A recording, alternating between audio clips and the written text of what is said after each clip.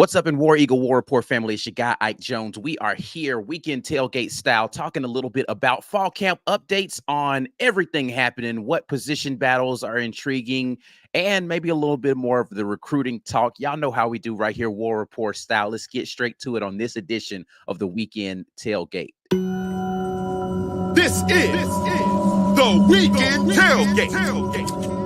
Brought to you by Golden's Cast Iron. C-Dub. Ike Jones. Be Will. Mike G.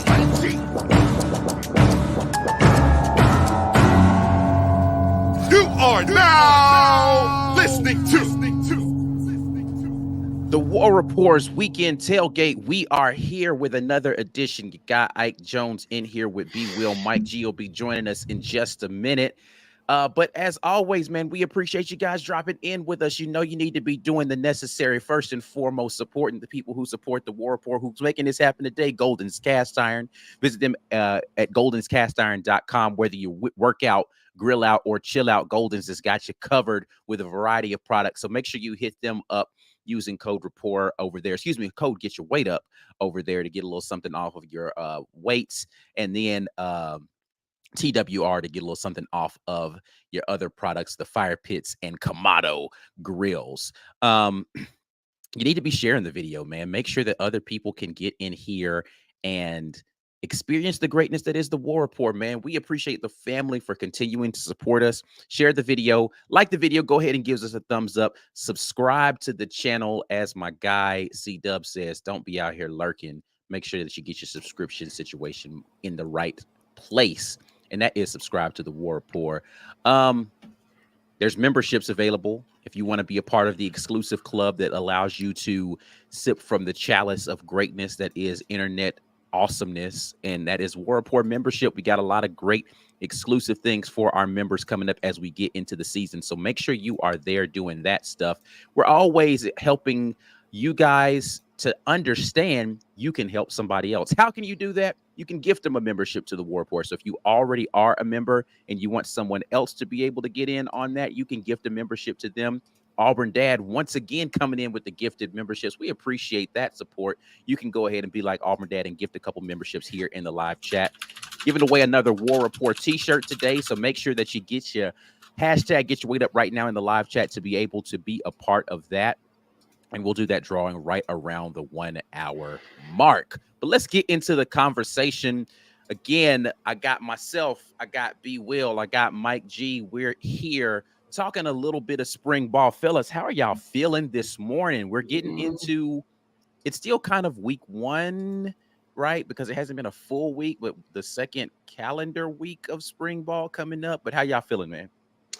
Good. Listen, Hugh Freeze is doing some work still in recruiting. So they brought in another 4-star on defense, and they missed on KJ Bolden. I don't think it's devastating.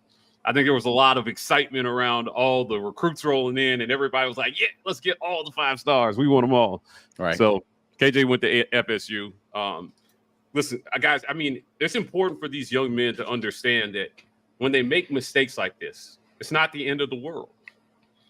Right. Once he figures out this is a mistake a year from now. It took me a minute. I was like, what is he talking about? Oh, he'll be I saw it. So I continue to explain there. He'll be back.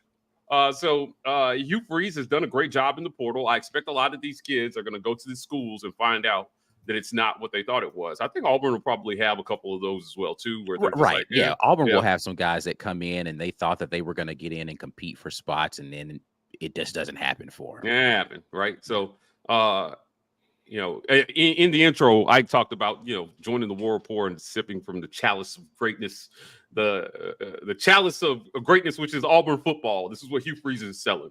He's selling that I've got opportunity here. I've got a system. I've got a plan for you.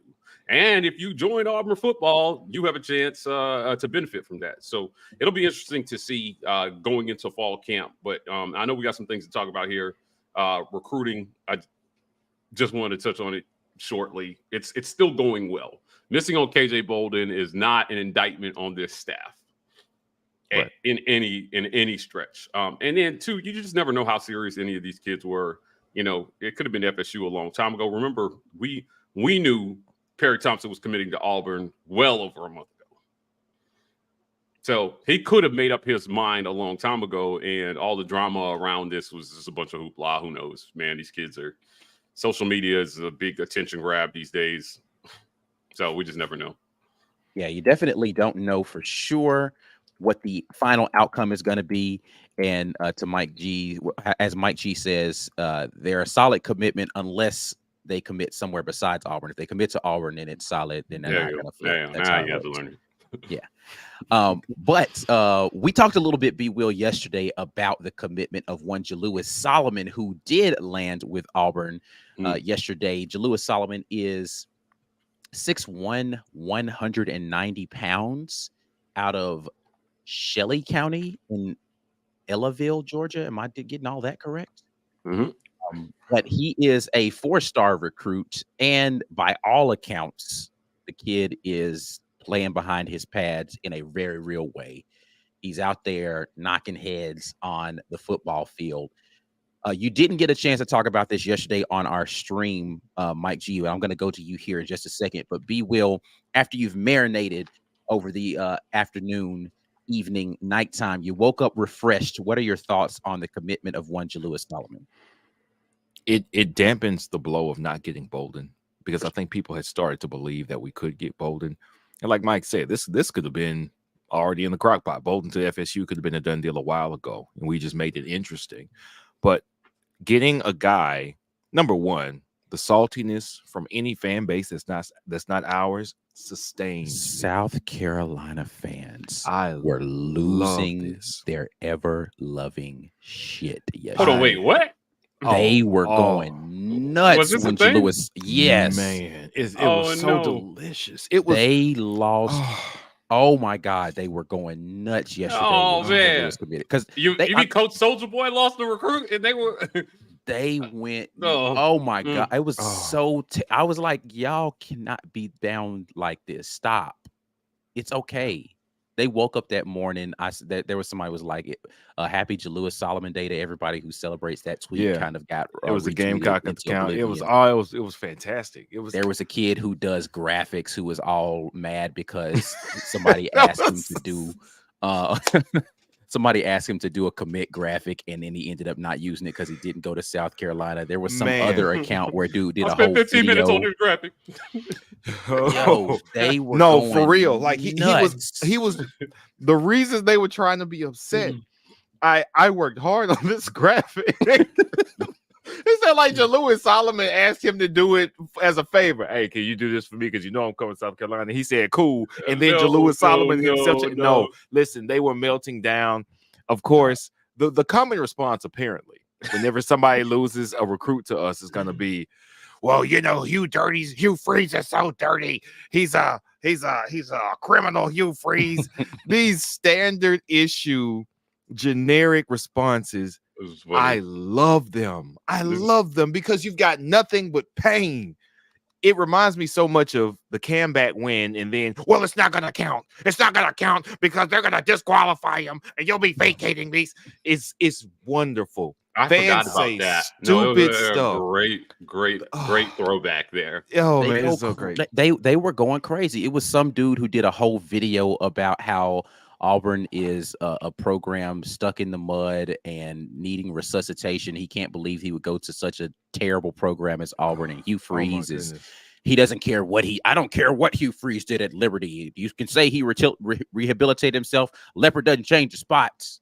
Like, I hate when we're talking football and people resort to moral attacks. I really do.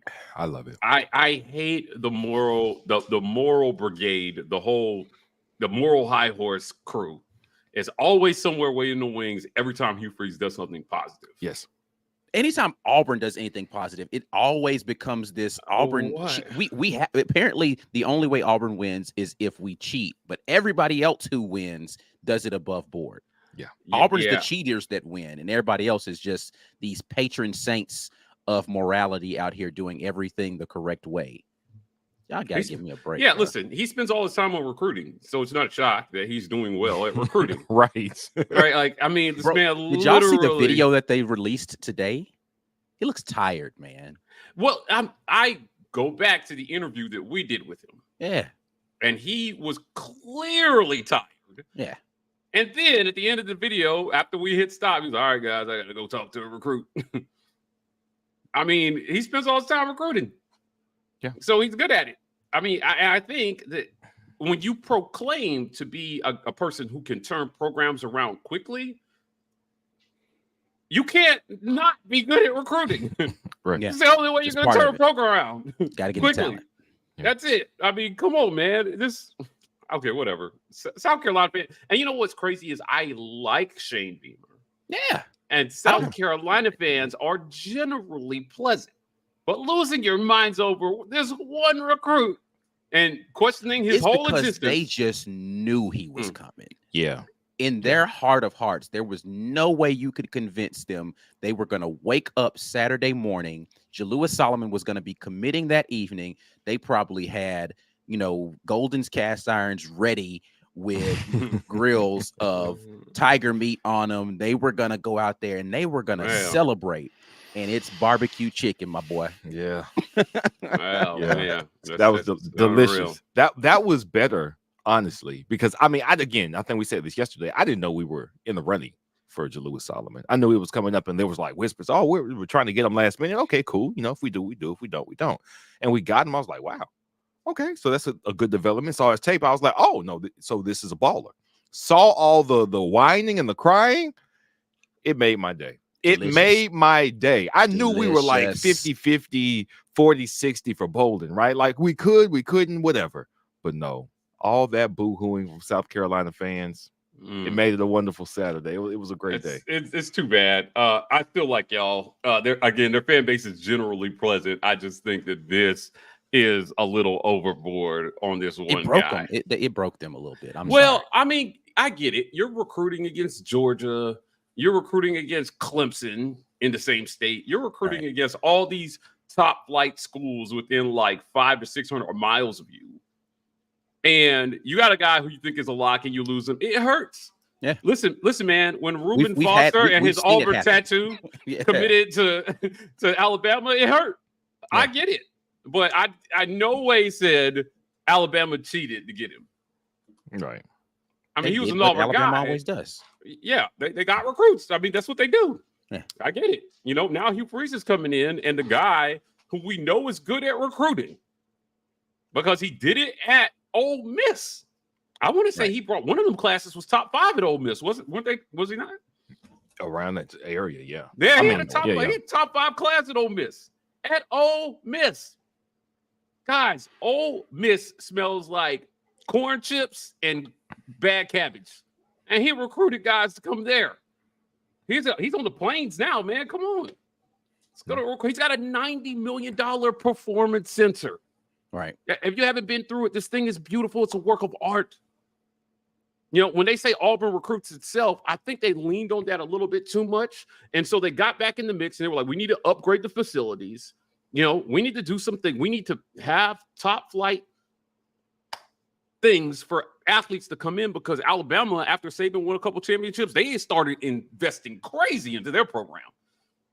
They were going all in. And when you go there, I won't lie, guys, it's an impressive experience. Yeah.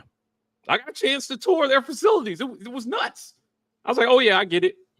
Compared to what Auburn had, it was a surprise they were getting any recruits. Yeah. So they said, okay, let's drop 90 mil on this thing. And let's have something to compete with everybody else. Now, listen, I'm not sure I know what South Carolina is working with. All I'm saying is that you are recruiting against, think about how many coaches in the SEC right now are making $6 million or more a year. You're going up against some great recruiters, man. They got hired. They're not making that money just because.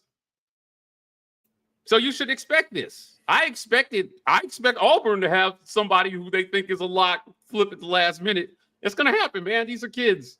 Come on. We didn't even think Cam Coleman was a lock, but that still hurt. It hurt. It hurts right up the road, Phoenix City. Yeah. 10 miles from me. Yeah. You know, it's crazy. Saw him at the gas station. He was like, "Yeah, Texas A&M feels like home." I was like, "Over actual home?" But it feels like it. It's similar. It's you know, a Beyond Burger. I thought home felt like home, bro. He went out there, so it happens. Yeah, I mean, listen, it is what it is. But Mike G, more on the Jalewis Solomon tip. Have you had a chance to look into this kid at all since he since he committed yesterday?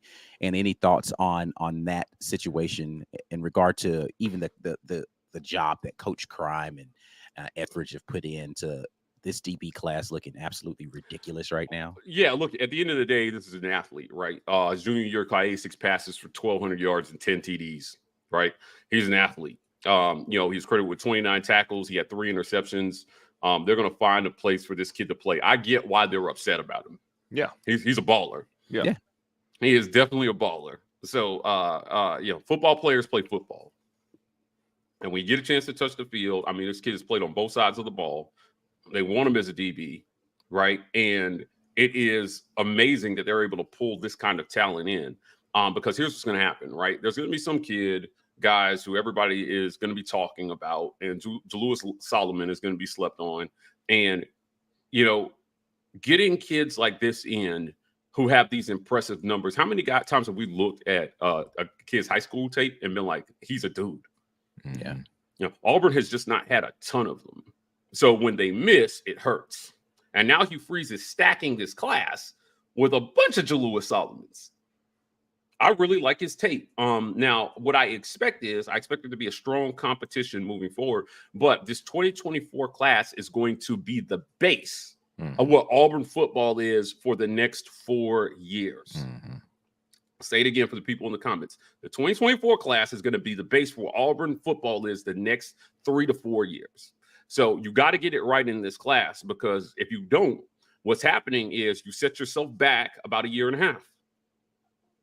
You know, you get these kids in, you start developing them, and then they for every kid that you can get some sort of game time experience this year, it's a win for you. It is an absolute and utter win for you. Jalewis Solomon is a baller, man. I'm telling you. And if they're good at developing as we hope they are, he's going to be just one of these. He's just going to be the next in a long line. That's what we hope. Next in a long line. So yeah, I don't think that. I think they nailed it with this one. And there's a reason why the South Carolina tears were flowing. Yeah. Like the knot. It's only one thing worse than, I think, missing out on a top tier prospect like we did with KJ Bolden, and that is being sure that you had him. Crystal ball was 100% to South Carolina at one point. Within the last 6 weeks or so, they knew they had him. Like they were counting those chickens a long time ago.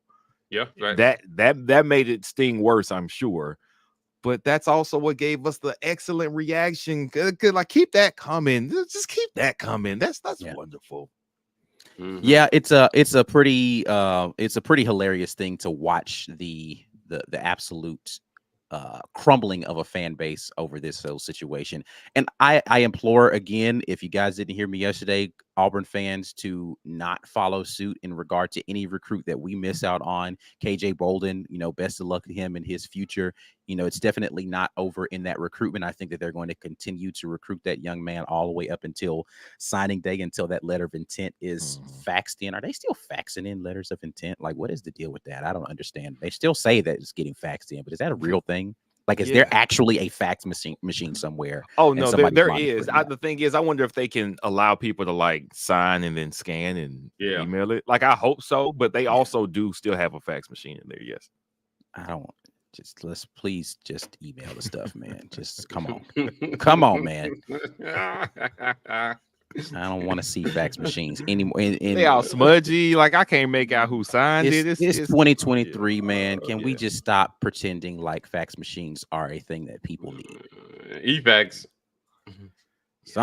Do something digital, please. Because nobody want to be sitting around waiting, talking about, well, we couldn't figure out the fact. Like, look, man, hit send, bro. We good. All right. Send him a Adobe sign or something, man. Just be done with it. Here in the chat, we got Cleveland Brown jumping in with a super chat. Appreciate the super chat, Cleveland. He says, AU went 1 for 2 yesterday. Still a great day for us. Welcome, Solomon. Yes, indeed. Welcome to Jalewis Solomon. Chris S. talking about Jalewis Solomon, saying that Jalewis Solomon is a hard hitter with good size at the position.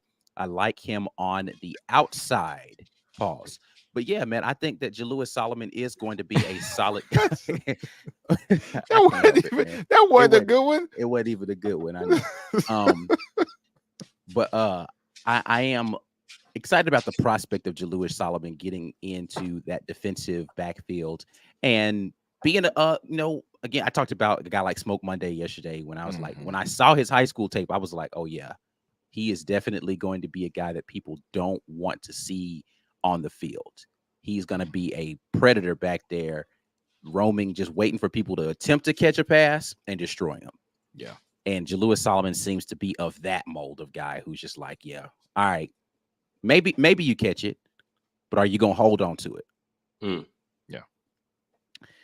Let's see. SS Austin says that, and his brother is a 5-star in the 25 class. So we need that family connection. We need that family connection. That works. We just got, I think, Zeke Walker's little brother, right? Yeah. Isn't that who Jalewis Solomon is? If I'm not mistaken. Oh, is that a thing? I believe so. Oh, I don't think I knew. Wait, I may be confusing it. Y'all let me know, because Zeke Walker's little brother, we just got Marcus Harris's little brother, Malik Blockton.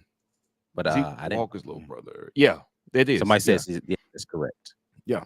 So the familial connection is there. It definitely helps out. I think there was one who we Austin Osbury, his little brother was at linebacker. He went to Notre Dame, but of course that was the last staff from the last cycle. But yeah, this is gonna help. This is gonna help. You get them here, the families get familiar with you. So listen, you don't have to have 10 visits to AU, be official or unofficial. Just come watch your brother play. You'll see the atmosphere. You'll see the home games.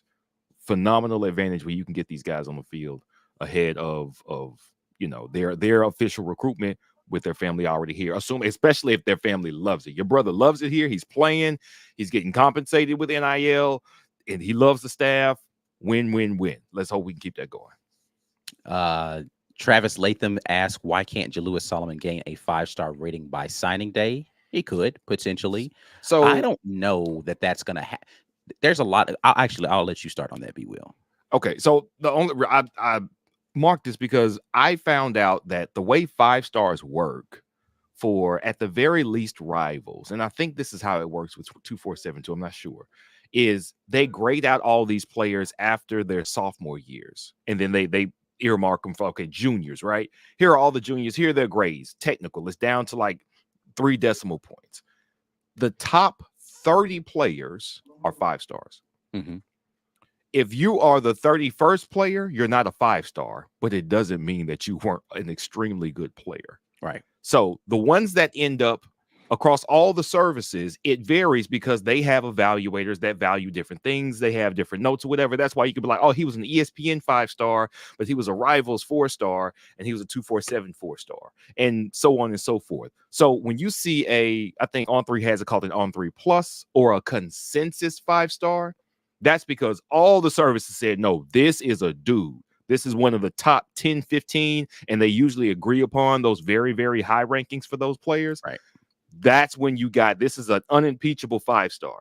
So the problem, and it's not even a problem necessarily, when somebody's a 4-star, that's a high 4-star, they're still, they could be an extremely good player. The situation we have with Riddick is he's in bordering that 31, 32, 33 or whatever, but all the services said, no, this dude's still extremely good. We get it. We all think there might be 30 players better than him in the nation, but he's too good. So he's a composite 5-star. Everybody agrees he's a stud. It's just that the way the numbers work out with the decimals, he's not in that top 30. Mm-hmm. So if Jalewis Solomon ends up being like, all right, this is a top 50 player. Okay, but he's not top 30. Well, there's very little chance unless some of these other players just tank That's what I was going to say. It's right. One of the guys in front of him. It's not about how well he plays specifically. Part of it is, but he's got to play so much better than guys in front of him, or guys in front of him have to take a step back in order for him to get to the 5-star. It's not just solely on how well he plays his senior season that will determine that. Yeah, I want to listen. 247 has him a composite 4-star, but a 3-star and 230th nationally. Okay, The difference between them and Rivals has him 143rd nationally, right? And all around 4-star. So it was, I mean, the difference between these two ratings, we saw this with Dylan Brooks, right? Like, I mean, 247 had him like somewhere in the low or high hundreds in terms of national ranking, and ESPN had him like ranked 18th right in the country. So this is where you have to trust evaluation by the coaches. And this is why I get so somebody's wrong. I mean, that's why I get so crazy about people getting so hyped up about where you land in the final recruiting rankings, because it's like, yeah, you got a bunch of guys. Did you evaluate those guys well? Because listen, I'm excited about the caliber of star players that we're getting in this class and how high this class is seeming to be. I still need to see whether or not that evaluation pans out based upon, number one, is that guy just a dynamic athlete? You can throw him in there. It doesn't really matter what system you're playing. This kid is a can't miss. Yeah. Or did you evaluate properly for what your actual needs are? This is what I saw here, Chris S. saying. That's why it makes sense to chase needs rather than stars. Do you need a guy that's built this way for this system? Yeah. It's going to work with what you do. All right. So generally, I agree with this. But there are some guys, if you're a top 30 guy, if you're top 30, those are your supposed to be can't miss prospects. Correct. Those are the guys you take no matter what you need. Right. Because that guy's going to come in and he's going to either start that year or he's going to start within a year. Right. And those kids are rare. So if you're a top 30 prospect, and I would even extend it a little bit depending on the service to top 50. Like those top 50 kids in the country are supposed to be can't miss prospects. Right. So, you chase them. If you got a chance to get a top 50 prospect, you add them to your class. Correct. Right. And on the back end, you keep chasing those same kids. That's what's going to set you apart as a program. Yeah. It's not one or the other. Yep. You still get the Jalua Solomons of the world, and you go after stars as well, too, because the top 50 are kids that could potentially change the trajectory of your program. Right. Think about the stories that we heard when Trooper Taylor and the other coach, I forgot, that went out to see Cam Newton. They came back and told Chiswick, if we don't get this guy, we effed up. Yeah. We have to get him. I heard the same kind of story about Tebow. They told Urban Meyer, they were like, if we don't get this kid, it'll set our program back 4 years. Yeah.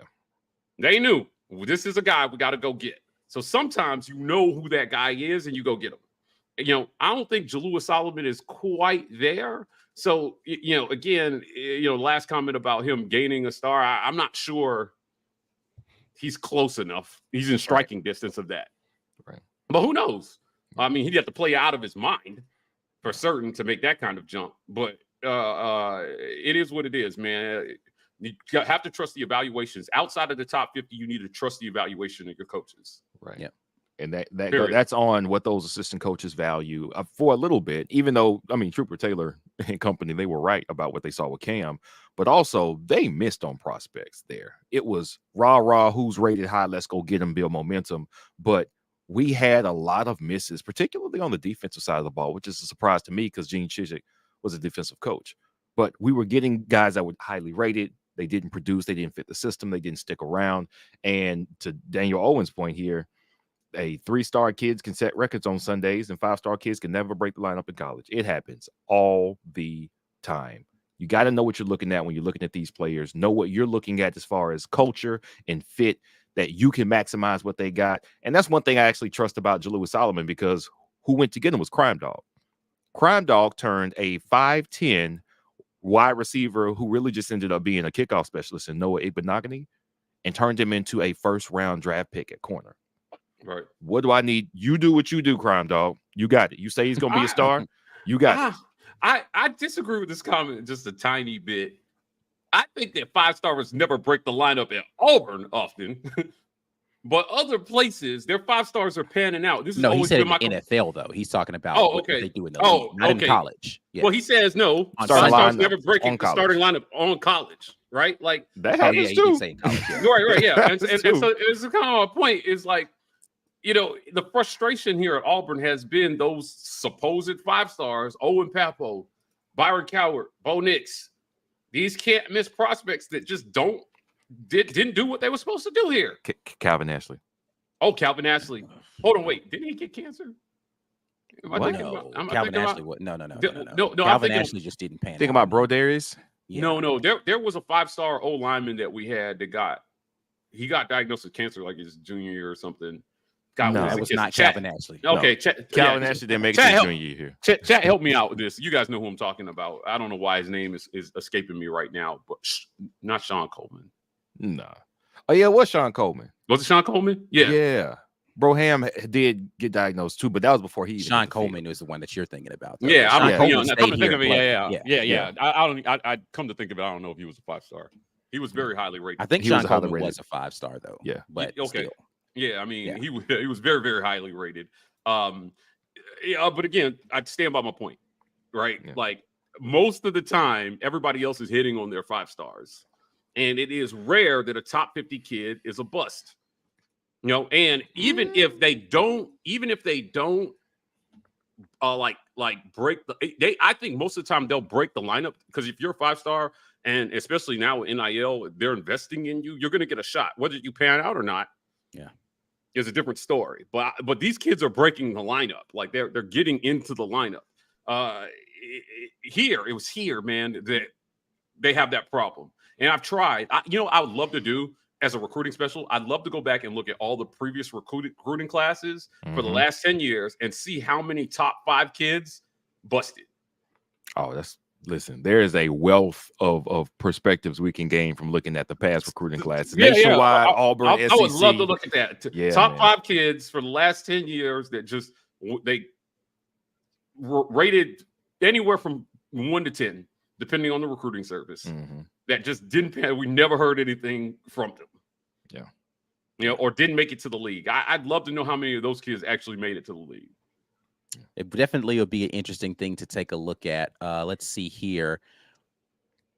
We've already gotten that comment in here. We'll come back to this other comment that we've got here, but let's get over into our break really quickly, and we'll get back and we're going to talk a little bit about fall camp and get you guys thoughts on that. Oh, that's going wild with this one. There's a whole ass Netflix documentary on Mitch Mustaine. Yeah. You should watch it. All right. We'll be right back with you guys with the second half of this program, but let's pay a couple of bills, and then we'll talk a little bit about fall camp. This edition of the War Report is brought to you by our generous sponsors. When you work out, grill out, and chill out, you deserve the best life possible, and Golden's Cast Iron is here to provide the tools to help you do it. Check them out at goldenscastiron.com. auburnsports.com. For news and notes on all things Auburn sports, head over to auburnsports.com. And our giveaway sponsor, War Eagle Oil. For all of your motor oil and related products, head over to wareagleoil.com. Yes, indeed. Thank you to all the sponsors of the War Report. Thank you to those of you who have memberships to the War Report. If you want to join and come on as a member, we got some great membership benefits coming up for you guys. Make sure you lock in that membership. More film review coming for you all this week. I'm going to try to get back on that. We've had a busy couple of weeks recording a lot of things remotely, been on the road a lot. So we'll try to get back into the film breakdowns for you, but make sure you lock in your membership. If you want to gift a membership like our guy Auburn Dad has done, you can do that if you're a member, and somebody will get a free month of membership on you. We're giving away a War Report t-shirt today, courtesy of GWT2 Energy Consulting Services. Make sure you hashtag get your weight up right now in the live chat to be able to be a part of that giveaway.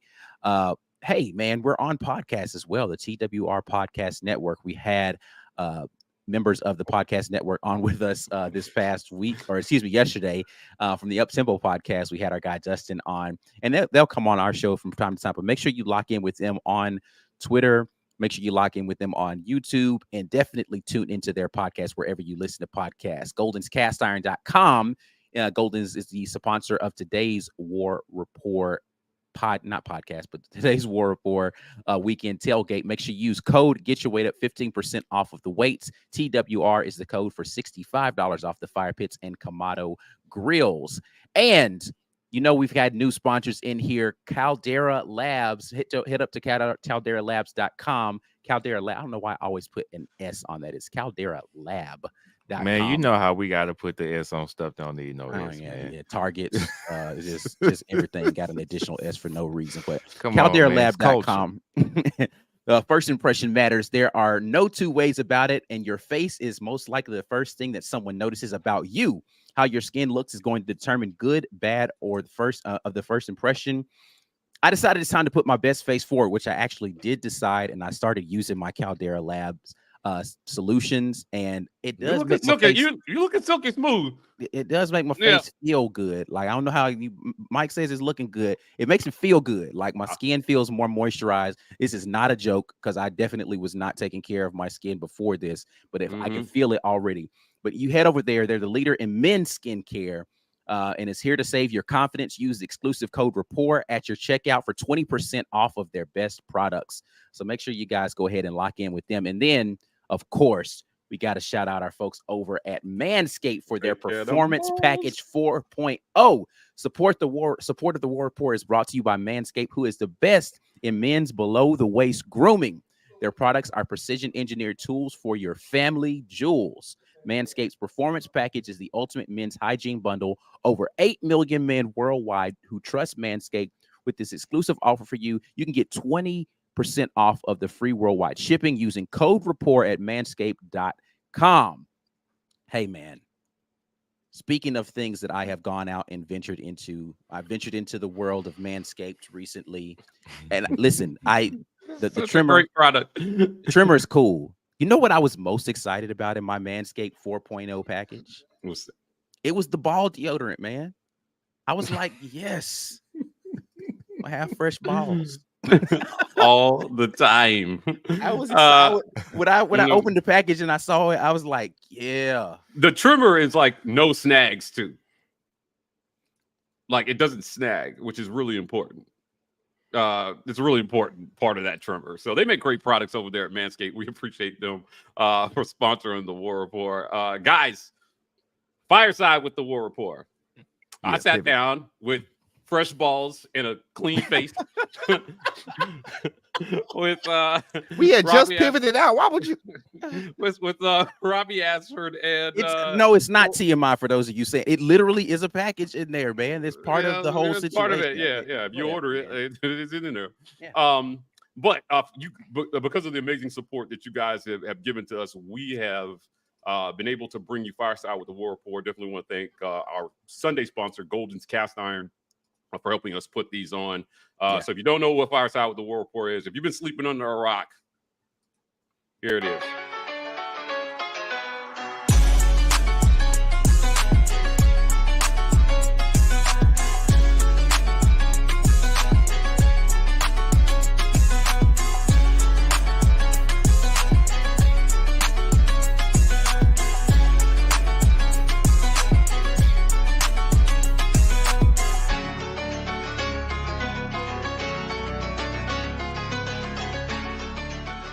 Big shout to these guys for sitting down with us to talk. Fireside with the War Report is our chance to get to know the players on a deeper level.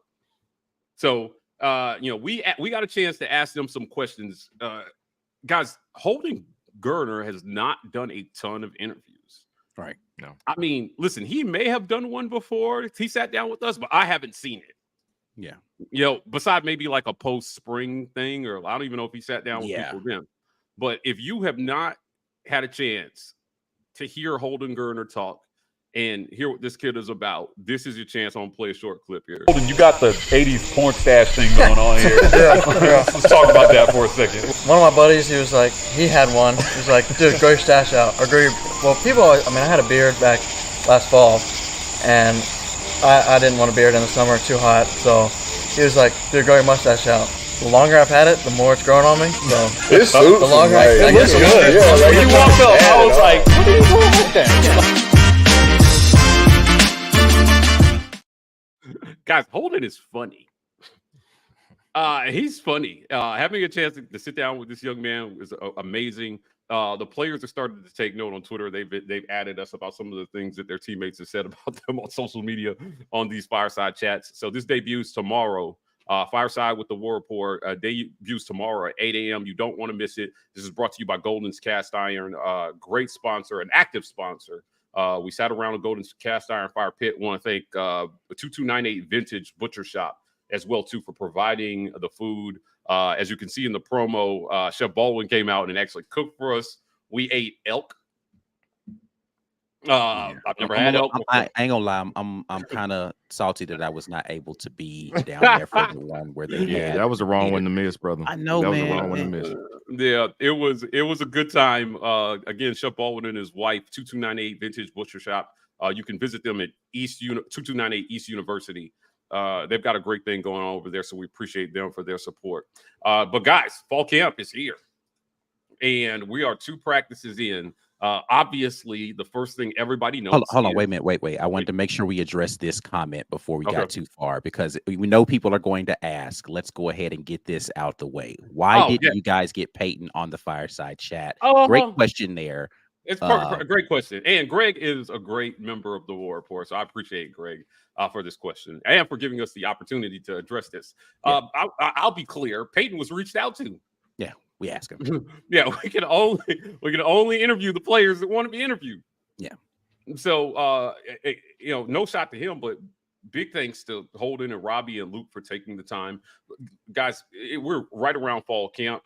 He just got here. Schedules are busy. I get it. Sometimes finding that alignment is difficult, but we reach out to a lot of players, and if they don't reach back out, there's really nothing we can do about that. So, the quarterbacks that were here, and we have a great number of relationships with players, right, and their families as well too. So Peyton just got here. Started to establish a dialogue with them. Hopefully he'll sit down with us in the future. But ultimately the players that showed up are the ones that wanted to be there. And we appreciate their time. And these are going to keep coming. You guys will be surprised at the names that you're going to see at Fireside by the War Report. I won't spoil the next one. But we are bringing you more of this before the start of the season. And you're going to hear from a lot of people who are going to play a lot of snaps for Auburn in the fall. You definitely don't want to miss this. So sign up as a patron, continue to support the work that we do. This helps us to continue to get this content. And the more that you guys share on social media, the harder it is for people to duck these interviews. I can tell you that. Help us grow, because once the name gets so big that you cannot talk about Auburn football without talking about the War Report, we'll be able to get everybody to come sit down with us. I mean, my dream Fireside, guys, I'm not going to lie, is Hugh Freeze, Bruce Pearl, and Butch Thompson. Yeah, I'd love to be able to do all that. the way to Fireside. Yeah, right. Yeah, to talk about head coaches, and if we could get Johnny Harrison there somehow, I'd love to do that as well too.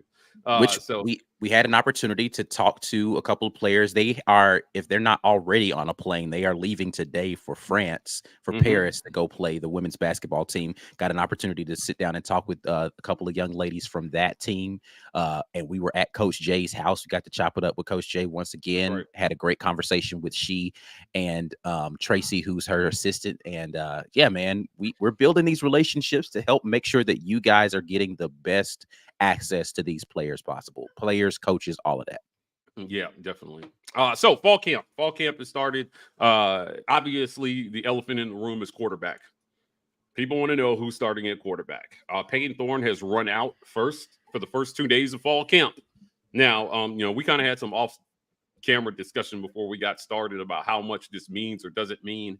How much do you guys think it means that Peyton Thorne has run out with the ones? And to give people some context about this, right?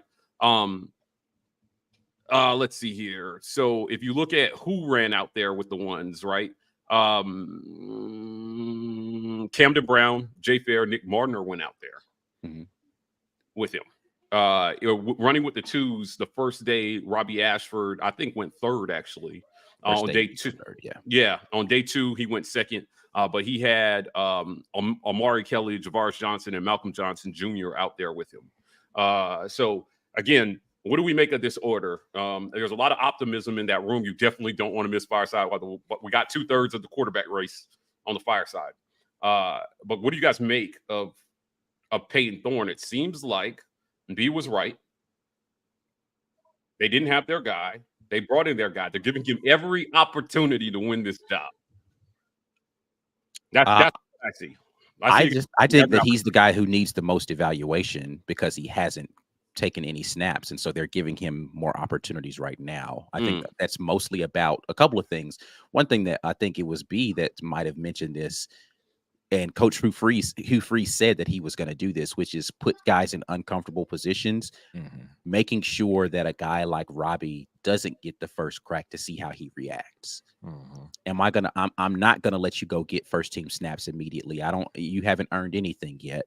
So take these second team, third team snaps, see how his temperament is, and keep doing it until you figure out, is he really here to be a team guy, or can I trust him to be the guy that he says he's matured into being? I think there's part of that, and I do think that a large portion of this is I want to give Peyton every opportunity to get a fair evaluation, and I can only do that if I put him with the ones. If I put him back here with the threes, I'm not going to necessarily see what I've got in this young man. Can I hand him the keys day one, and let's see what he's got? I think it's a mixture of those things. And two, I do think that he's in contention for the starting job. So you got to give him starting job snaps and opportunities to do it.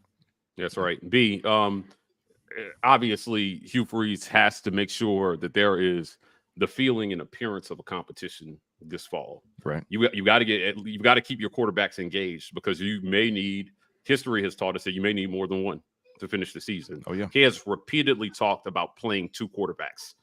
We have heard this more times than I can count this offseason about, hey, we can play more than one quarterback. Again, in your estimation, how important is it that Peyton Thorne is running out with the ones? And, if you're number two, should you freak out that you lost the job? No, I don't think it matters very much at this point in the competition that Peyton Thorne's with the ones, because, again, are the ones even the ones? Are the wide receivers that went out there the wide receivers who are leading for that for those spots? The offensive line. Jay Fair went out there, so yes. I mean, yeah, we all think Jay Fair is going to start, but yeah, Jay Fair went out there, so yeah. I mean, I'm going. We don't that. have if we don't have the guys who transferred in. None of those were with that group, right? That right there. And now some of this is due to injury. Is this even a starting? This could be the starting unit now. Could it not even be the starting unit by the last scrimmage of the fall? And even more than that, which is what I feel like we're missing here, media viewing is like this much of practice. Very small amount of practice. We didn't see Jarquez Hunter on the field. We don't know that he wasn't there. Media didn't get to see him. They could have been like, media's gone, they're clear. All right, Jarquez, come on, because you're going to be starting game one. We don't know how that's going. I think that they're being deliberate about what they're showing, and they don't owe it to us to show us any more than that. I don't think that it says too much, because he already told us, and right now it's to his credit. Hopefully he doesn't get so honest that he starts talking about his plans later. But Hugh Freeze seems to be very straight up and upfront when he's asked a question. He's talked about making players uncomfortable. All right, you're not going to like what I'm going to do for you, what I'm going to set you up for in practice, in camp. You don't have to. He's talked about competition and how much he values that, pushing guys to the next level. It's never that I thought whoever Hugh Freeze brings in after the spring is going to be so good or not so good, and he's going to start no matter what.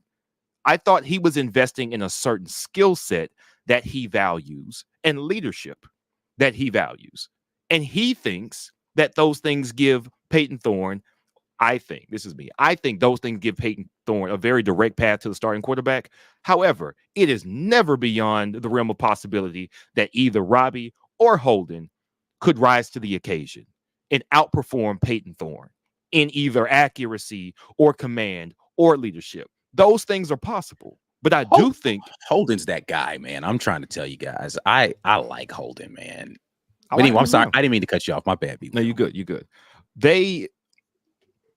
All of this is fluid. And I think Hugh Freeze has been very deliberate. And he's been very clear. I want them to compete. I don't want them to be comfortable. I think Peyton Thorne going out there is just for show. it's inconsequential. It's not like, hey, let's throw him off by throwing Peyton Thorne out there. No, I think this is probably as much about putting Robbie at the back of the line to see how he handles it as much as it is putting Holden in the number 2 slot. Holden's not the second string I hope they're not quarterback. playing. I hope they're not Peyton Thorne's not the first. How could he be? He hadn't even done anything said yet. he was going to do it, though. That's what I'm saying. Coach Hugh Freeze literally said he was going to be putting them in uncomfortable positions during this fall camp. Right. And I think a portion of putting players in uncomfortable positions is lining them up in a place to see how they react to being demoted. Right. Are you going to still hold your water? Are you still going to be in here committed 100% if I'm not guaranteeing you a starting spot as the quarterback? Yeah, he did say that. He did say that. Also, so yeah, I think all this is in flux. I think it's much to do about nothing right now. The thing that we've always seen, this is for all coaches, what really separates is scrimmages. First scrimmage is, all right, let's kind of see. Second scrimmage, which is why he said we're going to narrow it down after the first 10 practices, which I think includes starting from Thursday when they hit the field through the first scrimmage. Okay, now we got this information. Somebody's getting cut out the race. That's what will tell me something. After that first scrimmage, what's that next practice look like? Yeah. Who's not coming out here first or second? That's going to give us the real information. Right now, I think it's just evaluation all across the board. I will say that I think that quarterback is a little different than some of the other positions. I think they have a clearer understanding at other positions of what the pecking order is. So there's less of this going on. I agree with that. There's less of this going on at the other positions. Guys have done work this summer. They're clear on who did the work. We know that Peyton Thorne and Jay Fair have gotten a lot of work in together this summer. Thorne has made an effort to try to create some chemistry and symmetry with his new teammates, understanding that he is on a truncated timetable to be the starter. So here's what I would say. To some extent, when you're an experienced guy, football is football. Like the Tom Brady's of the world that can go from New England to Tampa Bay, and he's just a football player. So, he's in a new system. He's with a new coach, but he still can play at a level, even with a brand new team and a brand new system. And I think that's what they were expecting a little bit when they went out and got Peyton Thorne. Now, I'm not saying Peyton Thorne is Tom Brady. So before anybody goes on Twitter and says, Mike G said Peyton Thorne's the next Tom Brady. Oh, no, it's too late. You already said it. All right. You said Peyton Thorne is Tom Brady. Yeah, you can't take it back. My point is the point of getting an experienced guy to come in is that you expect him to perform at a certain level no matter what. You expect him to be able to make guys around him better because to some extent, a throw is a throw and a pass is a pass, and football is just football. You go out there and you play. You find the hole, you find the open receiver, you read the defense, you just play football. Now, I'm not saying you don't have to know the plays, but I'm just saying, there are some football players who can just go absorb a system and go out there and play like they've been doing it in that system forever. Yeah. So that's kind of what I think they're expecting out of Peyton Thorne. If they don't get that, then you have to strongly consider the guys who have a whole spring up on him. And Holden and Robbie. I hate how Holden has been overlooked in this. Yeah. Because remember what we said after last year? One or two of these quarterbacks is not going to be on this roster after the spring. Yeah. TJ Finley dipped. I'm going to say this. Yeah, Zach Calzado's going. I'll tell you this. Somebody's going to be gone after the season. Yeah. Somebody's not sticking around. And so you definitely have to get this right because you're going to lose somebody. If Holden doesn't get a shot, if you're him, you seriously have to start thinking about whether it's in your best interest to stay here or not. Yeah, I mean, listen, you got Hank Brown sitting right there who, he loves despite football. what people think about Hank Brown and all of the non-hype around him, Coach Hugh Freeze wanted him here for a reason. He's going to be in contention for that spot coming up next year. And Walker White's right there on the doorstep. Yeah. Right. So there's not enough spots at quarterback for everybody who is currently at quarterback. So let's just say somehow Peyton Thorne is not in contention for the starting job, and it is Robbie Ashford. Peyton Thorne's definitely coming back for a final year. Right. So he'll be back next year. You're going to have Hank Brown. You're going to have Walker White. There's no room for Holden in that room. Right. Yeah. Or, again, Holden raises his game. He's the heir apparent to some extent, right? And these guys who came in on the back end start to reconsider their position.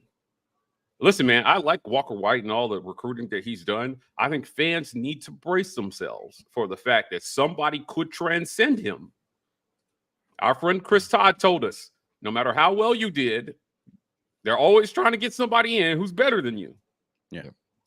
And if that person comes in and performs to that level, then it just is what it is. Guys, I want to move to a comment that I had for Hugh Freeze during the opening presser. I got a chance to actually get a few questions in on this presser. If you haven't seen it, we have it posted to our channel. But another question was asked of him about quarterback.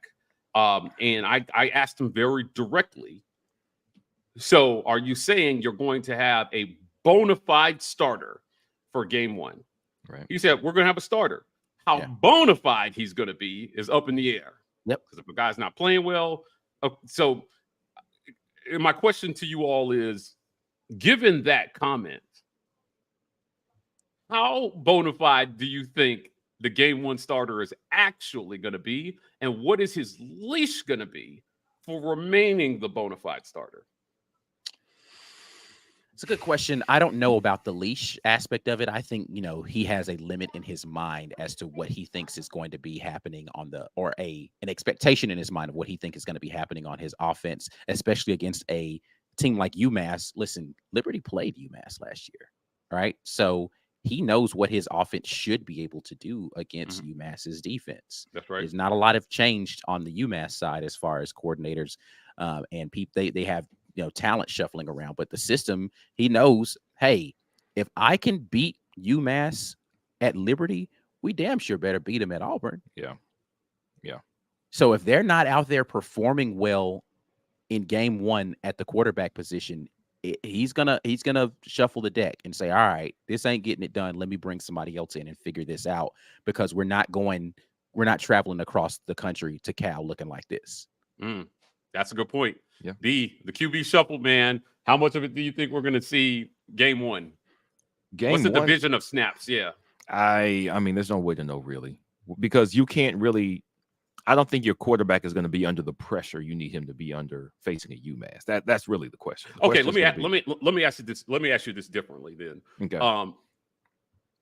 How much time do you think he gives the starter in game one? Does he go out and play the whole first quarter? Right. If he's playing well, do you even switch it up at all? Right. What are the chances that we see two quarterbacks in game one?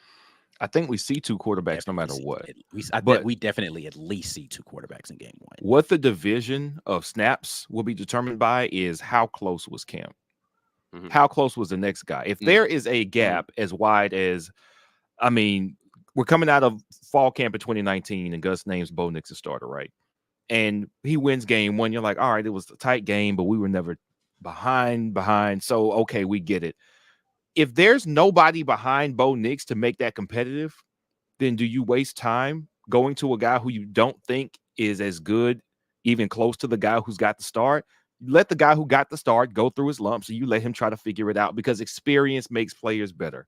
But if you've got somebody who's very close, like this was neck and neck throughout camp, this guy had more plays on this scrimmage, the other guy had more plays on the next scrimmage, then I know that experience will help raise your gain. So I'm going to split this experience between both of you so you can both get more comfortable and get these reps.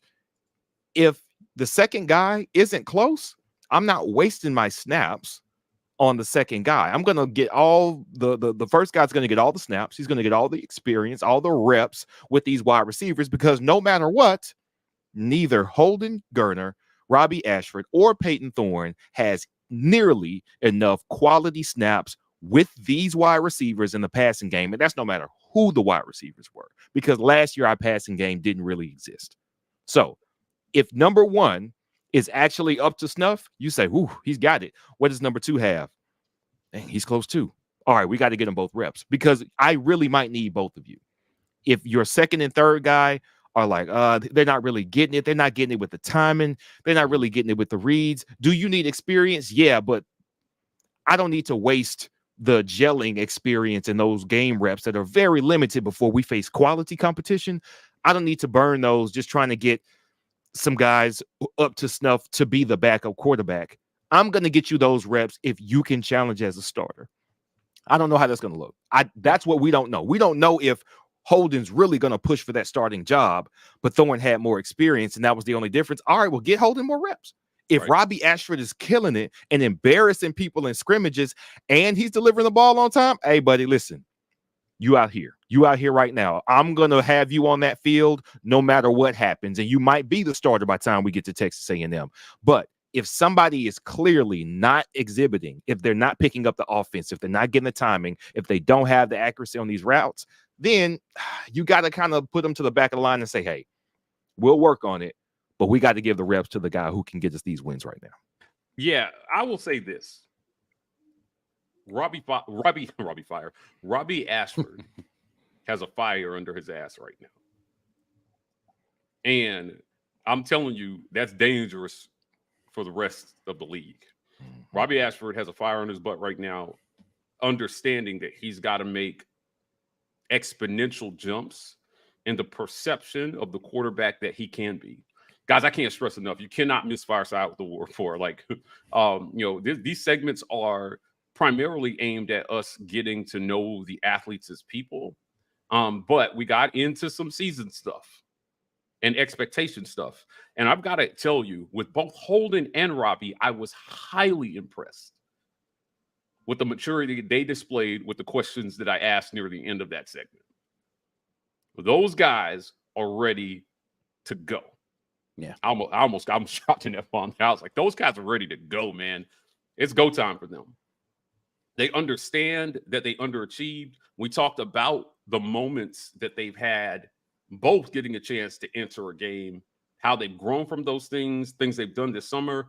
Peyton wasn't there, so I don't know his process. So I know he's worked with the receivers, and he brings a lot of experience from Michigan State.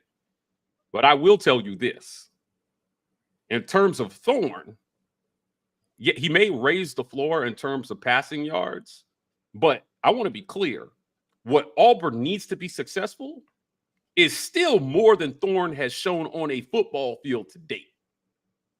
Still a lot of room for improvement in his game is my point. So if he doesn't make that jump, there are two guys in there who supremely believe they can make that jump from where they're at to over what his floor is, clearly. We've seen his floor. We've also seen what he can do with talent around him, and we've seen how that can go south without that talent around him. Yeah. It just so happens Auburn has been so bad in the passing game the last, 5 or 6 years. So unpredictable. Right, yeah. Barring those times where you do get, a halfway decent passer back there, then it's championship run time. Yeah. That's been true 4 times since 2004. Jason Campbell, Cam Newton, Nick Marshall, Jarrett Stidham. Near the end of the season, they were in the running for championships, or they won one with all 4 of those guys. So if the offensive line improvements, which we're going to get to in a second, are what we think they are, then you've got to give Holden a little bit more credence in this race, don't you not? If blocking is not an issue, yeah, Holden Geriner should be a factor in this. Yeah, I said that. Geriner. Yeah. Geriner. That's what I was saying the other day. Is like I think people are counting out Holden in this whole situation based upon a small sample size at Missouri and the fact he was a true freshman last year. Holden is just he's a QB, guys. He knows he can absolutely spin it. He can spin it, man. And I think the only thing right now that's a question mark for Holden is his ability to galvanize guys. Yeah. It's not about whether or not he can understand the system. It's not about whether or not he can make the throws. It's not even about the speed and decision making at this point. I think that he's gotten better at all of those things. He's gotten stronger. He's gotten more adept to being able to play at this speed. Got the mustache. He does have the mustache. He's got the grown man stash. The question is whether or not, and I think he's well liked in the locker room from talking to guys. I think people like him, but is he a guy that can rally people in the tough times of a game? Because he's not really that outspoken, right, demonstrative leadership guy that like the rah-rah guy. Like the reason why every place that TJ Finley has gone, despite what his performance was on the field, that he was always in contention for a starting spot, is because he did all of that. He's got it in spades. He can he can make all the throws. He's got the physical stature. He looks like a QB walking off the bus.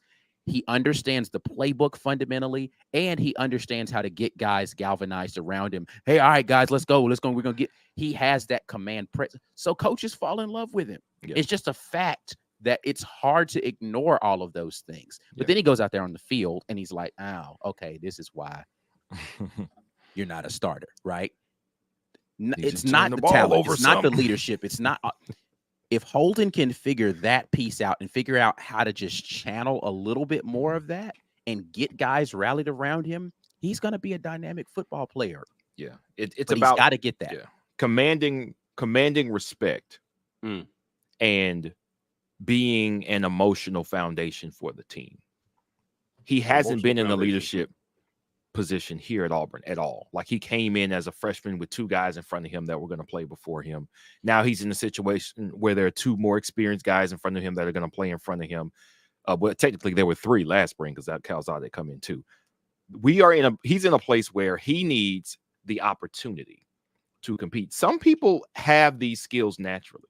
Yeah, they're just natural leadership skills. Some people have it. Some people have to work on it.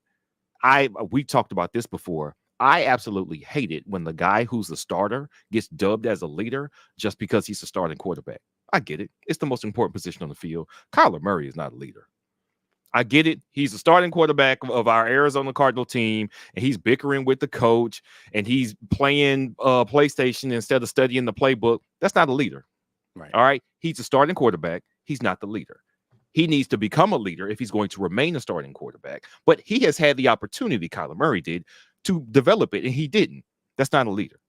Tim Tebow was a natural leader, and he probably would have been a natural leader from any position that he played on the team. He just was. Some people have it, some people don't. Holden Geriner is in a position where he hasn't had the seat of leadership. He hasn't had the position of leadership. How is he going to lead a terrible team in 2022 getting no snaps? That would have been a difficult thing to do. Right. But we don't know that he has not been a leader this offseason, right? As a matter of fact, I'm just going to tell you he has been a leader this offseason. Right. Now, this is not me saying that he has been a church mouse. This is just saying the act of leading, just like we said, Robbie had to work on this. That's something that you do from habit, but you also need the platform from which to do it. Like, right. That has to be a part of it. You have to have the opportunity, which is something we were saying, yeah, Robbie could be better in many ways. Is he going to get the opportunity to show it? But you create that opportunity in the offseason, right? Like, you go out and you do leader things, right? You say, let's go throw. You say, guys, we need to get into playbook. You set the example. So, I mean, obviously opportunities on the field are going to be limited until you get on the field. So until he's put in a position for fans to see it on the field, I'm just saying there's a ton that comes before that. Like, you don't become a leader on the field. You become a leader in practice. You become a leader in the offseason. You become a leader in the weight room. That's where you become a leader. How you're going through drills, how you are going through scrimmages. When you get an opportunity out there, you're showing I can get, like, if guys, we talked in the Fireside, we talked about or Coy Moore was talking about how, Coach Davis said he didn't want hands on hips. We had to get ourselves right in our room before we could go out there and talk to other guys about trying to set that standard across the team. That's a leadership quality that has absolutely nothing to do with playing time. We've made a decision. We're going to do a certain thing. There are guys in that wide receiver room that have said, I'm going to be holding other guys accountable. Get up. Let's do the drills. Hey, man, we're not quitting on this situation.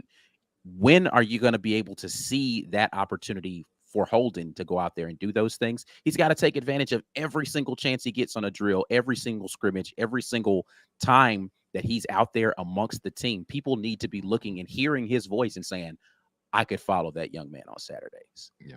Right. Holden, again, I wanted to spend some time talking about Holden because he's become somewhat of the forgotten man in this race publicly. A lot of people are talking about Robbie Ashford and Peyton Thorne. Hugh Freeze is going to play the best guy. Now, kind of moving forward, because this ties in, he made some comments during that same press conference about the O-line. and how he Can we do feels. the drawing before we get into that? Oh, yeah, absolutely. Yeah. Oh, well, you guys know what time it is. Hashtag get your weight up. This is your last chance. Ike is not going to give you much time to get into the drawing, so you better type it right now. Hashtag get your weight up. Don't spell it wrong, or you won't be in. We're giving away a T-shirt.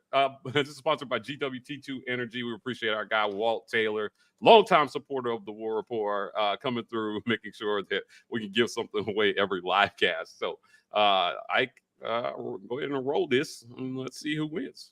Yeah, hashtag get your weight up. 106 people have entered. One person can win. Wait, is it in there? Nope, it wasn't on the screen. Sorry. It was going though. It was going. Yeah. Kyle Sweat. Kyle Sweat's won something before. Kyle Sweat have you won a shirt? If not, it's still your shirt, man. I'm not gonna take it away from you. Are you related to Key Sweat by any chance? Kyle Sweat? No.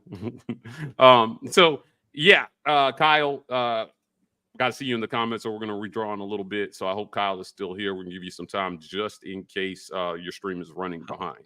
Let's grab this super chat real quick too. Travis says Coach Freeze has so many sneaky surprises planned. We appreciate the super chat. Sneaky surprises from Coach Hugh Freeze. I guess that's in regard to in recruiting, maybe. Yeah. Listen, in play calling, I think. I think play calling definitely is going to do that. Yeah, he's been very adamant about not wanting to give away what they're doing, and that he feels like the fact that nobody knows what this offense is a significant advantage. There's no game tape on Auburn, right? There's nothing for you to study. And if they can be fundamentally sound through the first Kyle Sweat in the house. Kyle, business at the War Report, please email us your t-shirt size. We definitely need that. And we'll get that right out to you. So business at the War Report, email us your t-shirt size and your address, and we'll get that out to you. So again, moving the conversation forward, Hugh Freeze talked about O-line. He talked about O-line, and he said, I feel really good. I feel good about that group. I feel like we've improved a ton there. Now, we talk a lot about quarterbacks, but in the run game, an improved O-line, in this league, ball control is a significant advantage if you can keep the ball on the ground, out of harm's way, and just move it for the 3 to 5 yards every time.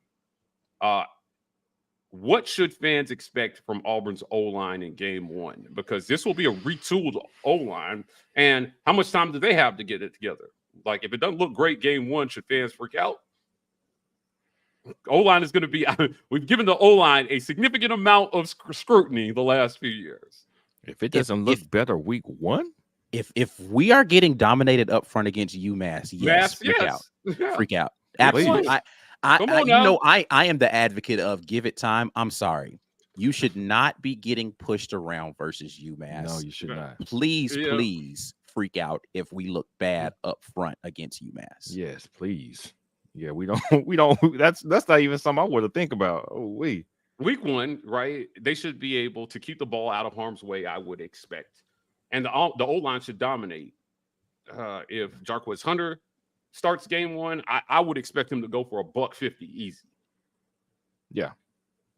I'll expect Jarquez Hunter as the number one back to go for $150 easy. Matter of fact, I expect 300 yards on the ground no matter who's playing running back for us game one. That should be 300? At least 300. We should have some 30-yard runs, some 40-yard runs. 300, we should go crazy. Robbie's gonna get in there, get some snaps, have a 40-yard run. Like this should be easy, academic. I can't even fathom us not dominating on the ground against UMass. It doesn't even seem realistic.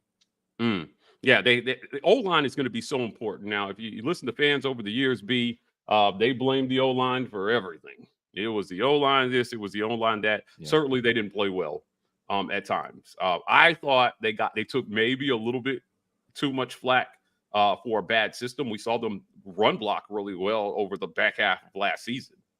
Yeah. On the ground, Auburn was effective on the ground with, Cadillac and what's his face? The O-line coach. Will Friend, as, kind of doing the co-offensive coordinator thing.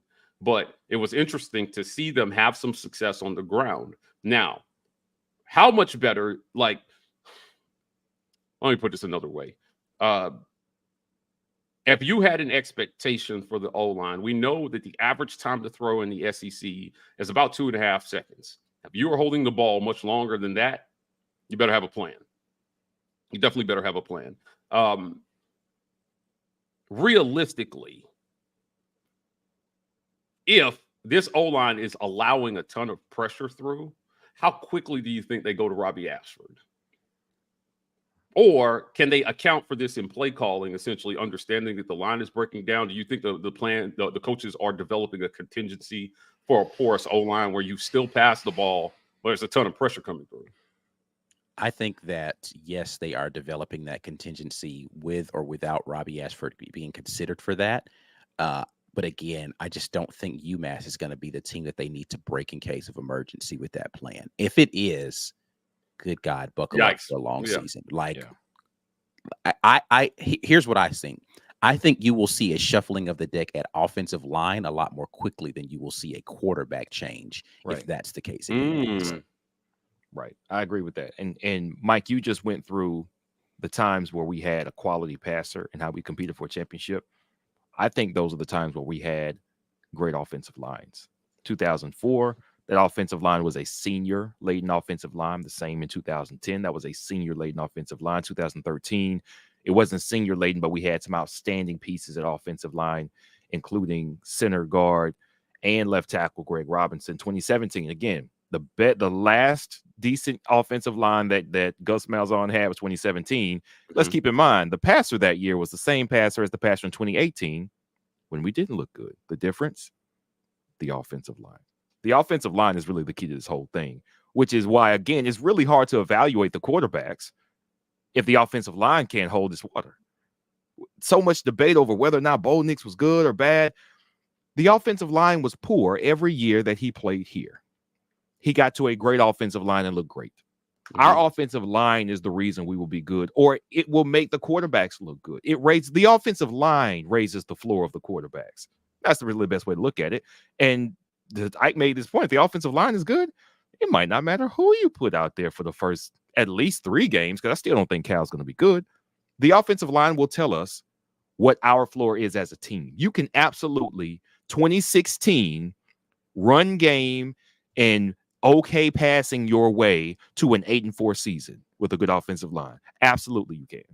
Sean White couldn't throw past 25 yards downfield without putting some basketball 3-point shot arc on it. Like, it was poor. His arm was not very strong. However, when the run game's working, when Carry-On's there, he gets hurt. Petway comes in and does his thing. When you've got the ball moving like that, your floor is very high. So what each of these quarterbacks can be or would be, I don't think we know until we know what we got at O-line, and I don't think we know that until Cal will be a decent test. Cal will be like a warm-up test. Put on pads, we're going to push. But it's not really what we're going to see, of course, Texas A&M and Georgia. That's not the same kind of test. Cal will tell us, does your game travel? You should dominate UMass. You should dominate against Cal. If you can go and dominate against Cal at will, then we know we're cooking with something when it comes to SEC play. Right. Yeah. So I'll make a slight amendment to one thing that you said so that I can agree with the statement. You said that the offensive line play raises the floor of any quarterback. A little bit. It will raise what it definitely bottoms out a lot more if your offensive line isn't good. But the floor of the quarterback, to me, isn't solely dictated by how good that offensive line is, because you can still make bad decisions. You can be a bad quarterback. Yeah. Poor throws and poor decisions can happen with, and we've seen that with quarterbacks in the past. Pressure wasn't the issue for that throw. That was like, I can go back to look at a game. What was our first game last year? Was it Mercer?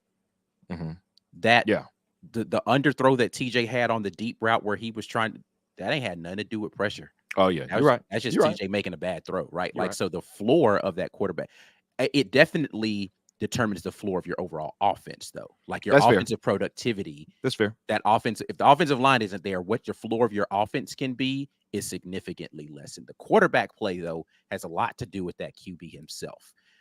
So that's where I'll disagree slightly with your statement. The rest of it, spot on. Yeah, I just think I agree. I think that a good offensive line gives you a lot more room for error. Correct. It gives you a little bit more time to kind of process, but it doesn't guarantee a more positive outcome, because you still have to be able to read defenses. The guys still have to get open. There are still things you still have to check into the right play. There are certain things the quarterback has to be able to do. Make And an if accurate pass, even if a guy is open. yeah. Like, listen, man, we've seen plenty over the years when a quarterback has been given time and still makes a bad throw. Right. Now, we went over this extensively. People hated the message, but ball placement is important. Yeah. Right. Just because the That's ball why we got that's why to the we're sponsored receiver. by Manscaped. Manscaped. I was waiting for it. Come on, let's go. Use Use code rapport when you go over there. Wherever I place 40% the off. ball, they're gonna be fresh. That's right. Yeah. Manscaped. I'm not even saying it again. Ball placement. Let's go, Mike. Yeah, where the quarterback places the pass. football, Yeah. right, is important. It's going to mean a lot to yards after the catch. When you have athletes at receiver, it allows them to be able to use that athleticism to get upfield.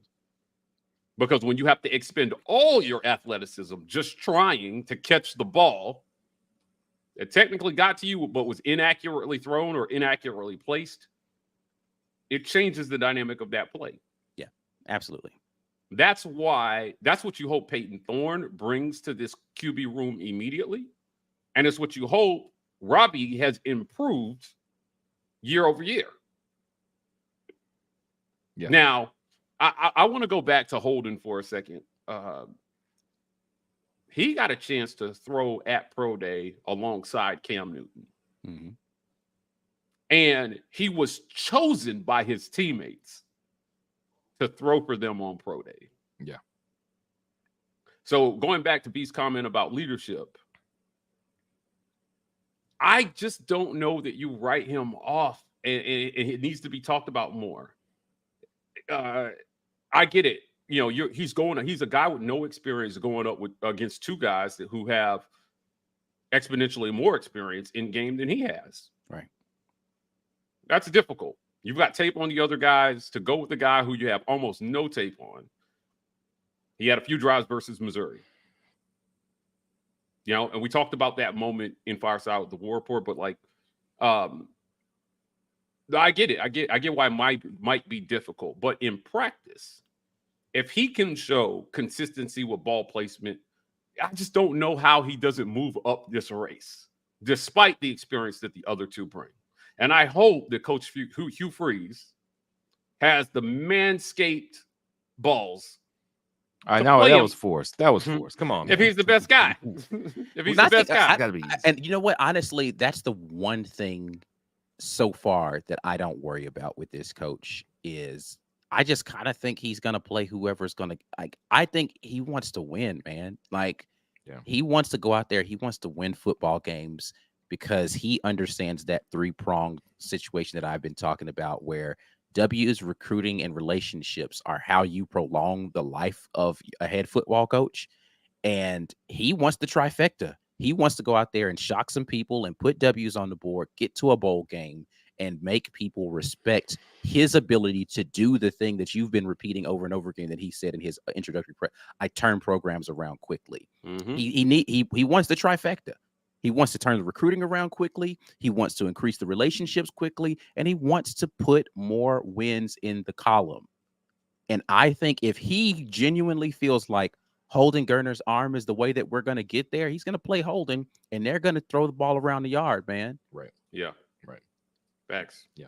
Like I don't think that anything's going to hold him back from making that decision. I don't care who's whispering in his ear about, man, you brought Peyton down. He's going to give Peyton Thorne an opportunity because he needs to show if I bring in a transfer quarterback, he's going to get a shot to start exactly like I promised. So Peyton is going to get his shot to play. Absolutely going to do that. The only person who's going to ruin that is Peyton Thorne. But if Peyton Thorne doesn't impress or blow these two guys out of the water, he's going to go to one of the other ones. He just will. Yeah. I think if all things are equal, I'm going with the guy who can run and throw. Oh, yeah. Yeah. If all things are equal, unless there is some off the field reason that we're not seeing or they're not talking about. But, until he says it, I'm going to assume there isn't. Yeah. Right. So until he says it out loud, I'm not playing this guy because of this. I'm just going to assume there isn't. And you hope that a young guy like Holden will definitely get a shot in this QB room. Let's go to some comments here, guys, before we get out of here. You guys are great. We appreciate our chat. SS Austin says, I saw Rivaldo Camden and Shorter out there at one time. Holy, the height is crazy. Right? We Yes. definitely have some targets that are out there that should allow this. This is an underrated part of this. It gives you a little bit more leash for a quarterback that's not as accurate. Yes. Right. So it's like accuracy is still going to be important for that engine to run in its supreme level. You need to put the 97 octane in there. Right. But it can run on 89. Right. If you're taking care of the car correctly. Right. And so and my point is, if the separation isn't as big, which we've been saying over and over again, a wide receiver or a pass catching core that can allow for a little bit less accuracy and still be moving the ball down the field, you're going to take that guy because he gives you the best chance overall with your system. Yes. Yeah, absolutely. Our guy, Rex 007 says, can't wait for September 2nd. Like waiting for Christmas, essentially. I agree. I think people are ready for football. They're tired of all this non-football BS that's going on. To reconcile, Hugh Freeze has already said he would like to have the QB race narrowed down by 10 practices. 8 more to go before we read too much. Well, he's going to have it narrowed down faster than 10 practices to 2 primary quarterbacks. So when he says narrowed down, there's what he's telling us and there's what is actually going on in his head. These guys have an idea very quickly of who's leading. They're still leaving room for somebody to make a move, but similar to other positions when we've talked about it, we've said sometimes he's gaming us when he says, "Oh, this is going to go into fall camp," or they know because they've been keeping score all offseason of guys who are doing the work and guys who aren't. And so when you enter, they may not tell you, but you certainly have an advantage or a disadvantage going in based on the work that you've done to date. Let's see here. Thomas Dickey says, Peyton isn't mobile. All the defense needs to do is rush more than we can block, and he's sacked. Robbie can escape at least. What do you think about this comment here about mobility? Listen, there's plenty of non-mobile quarterbacks who that has been the way that you would assume. If it were as simple as that, Tom Brady wouldn't be one of the best quarterbacks. I'm telling you, play calling. Peyton Manning. Yep. Play calling can neutralize a pass rush. If you recognize where your weaknesses are at and you have receivers and an accurate quarterback and receivers who know how to find the open spots. Yeah. It's not that simple, right? Like you can bring the house, right? But you better be able to bring the house and have DBs that can lock down, because if they're able to figure out where that blitz is coming, slide protect, and then he gets the ball out quickly, there's nobody else back there. That's a house call. So you better be able to do both. I remember back when John Gruden was on Monday Night Football, he used to coach with the quarterbacks before the draft. So they're like Gruden's QB camp. And he said he sat down with whoever it was, and he said, "Man, I'll never forget. I was coaching the Tampa Bay Bucks." And he starts telling the story. He was like, "We were going against Peyton Manning, and we saw something in prep that we thought was going to work. So we sent the blitz." We sent the blitz, and Peyton hits the right dude. It's a touchdown, and Peyton's jogging off the sideline. He with that real stuff. He looked at John Gruden up. So he said, "You kidding me? You kidding me?" Peyton Manning was the slowest quarterback in history, the slowest Hall of Fame quarterback in history. I'm comfortable saying that. You didn't think I was gonna see that, man? Come on. Mentally, you can.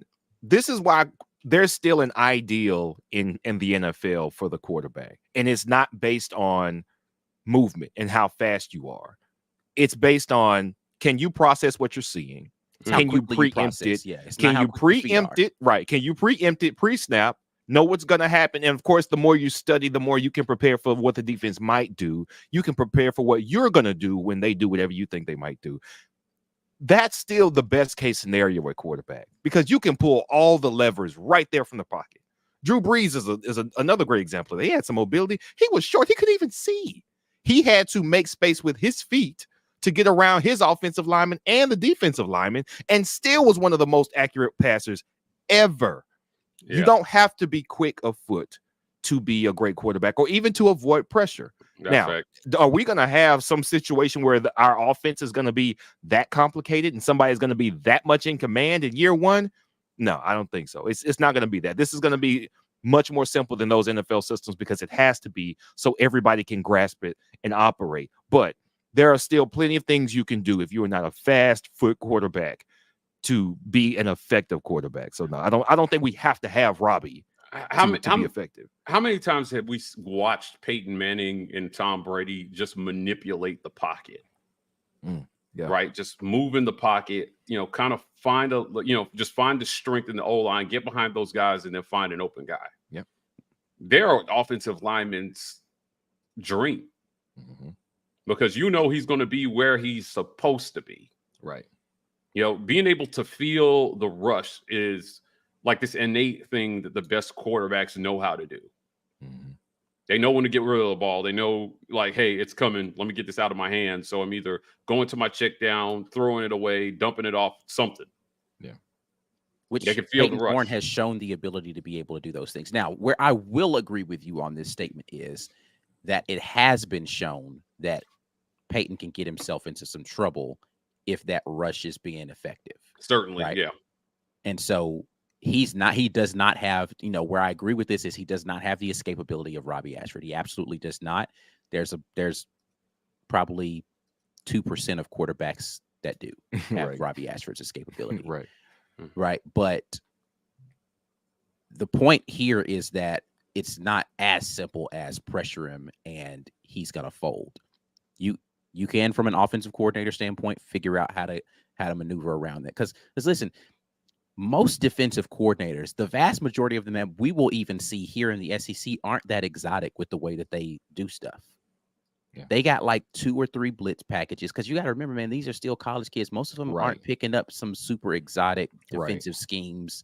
So he's not going to see exotic blitzes every week. It's going to happen like maybe 3 weeks out of the year, or you're going to have a couple of weeks where you're going to have just dynamic pass rush guys where we don't need to bring extra guys. You just can't block Harold Perkins 60 times a game. It's just not going to happen. If you're going to drop back 60 times, Harold Perkins is going to make your entire day a nightmare.